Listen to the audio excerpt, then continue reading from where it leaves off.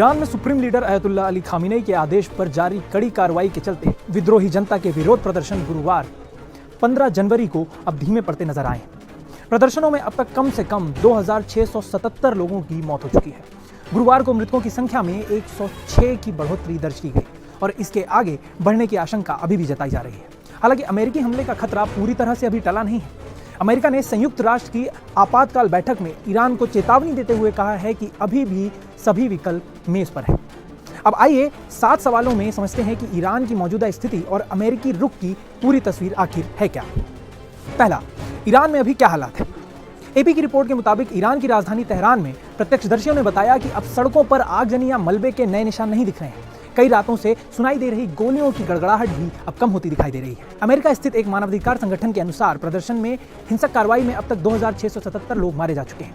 गुरुवार को यह आंकड़ा एक दिन पहले के मुकाबले 106 अधिक रहा। संगठन का कहना है कि वास्तविक संख्या इससे ज्यादा हो सकती है। यह मौतों का आंकड़ा दशकों में ईरान में किसी भी विरोध आंदोलन के दौरान सबसे अधिक है और 1979 की इस्लामी क्रांति के दौरान की अराजकता की याद दिलाता है। दूसरा, क्या ईरान में फांसी पूरी तरह रोक दी गई है। फिलहाल ऐसे ही संकेत देखने को मिल रहे हैं। अमेरिकी राष्ट्रपति डोनाल्ड ट्रंप के सख्त रुख के बाद खामेनी सरकार पीछे हटती अब नजर आ रही है। ट्रंप ने दावा किया था कि उन्हें भरोसेमंद जानकारी मिली है कि ईरान में हत्याएं रोक दी गई हैं और जिन फांसियों की आशंका थी वो अब नहीं होगी।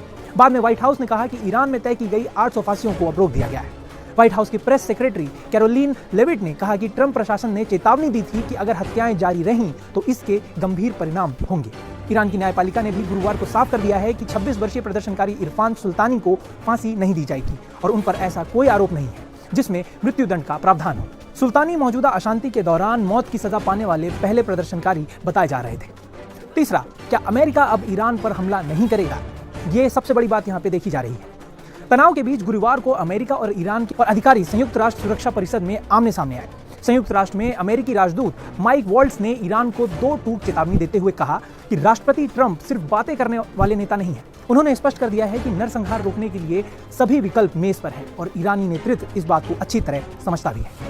चौथा, ईरान पर अमेरिका के नए प्रतिबंध। इसी बीच अमेरिका ने ईरान पर कुछ और नए प्रतिबंधों की घोषणा की है।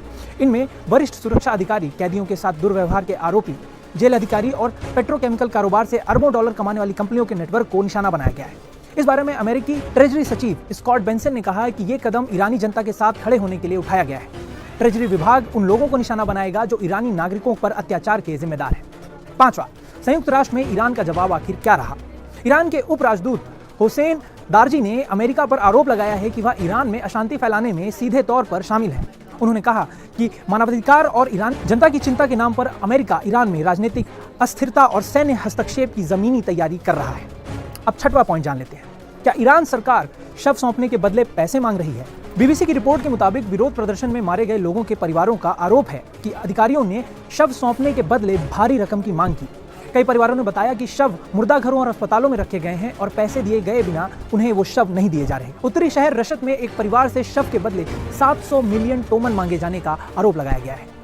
सातवां पॉइंट, ईरान में फंसे भारतीयों के लिए क्या कर रहा है भारत। ईरान की स्थिति को देखते हुए भारत के विदेश मंत्रालय ने उन भारतीय नागरिकों को वापस लाने के लिए तैयारी की है जो लौटना चाहते हैं। हालांकि फिलहाल निकासी योजना रोक दी गई है क्योंकि हालात युद्ध जैसे नहीं है। जम्मू कश्मीर छात्र संघ के राष्ट्रीय संयोजक नासिर खुएमी ने बताया कि निकासी प्रक्रिया एहतियात के तौर पर शुरू की गई थी, लेकिन मौजूदा हालात को देखते हुए फिलहाल इसकी जरूरत नहीं बताई जा रही है।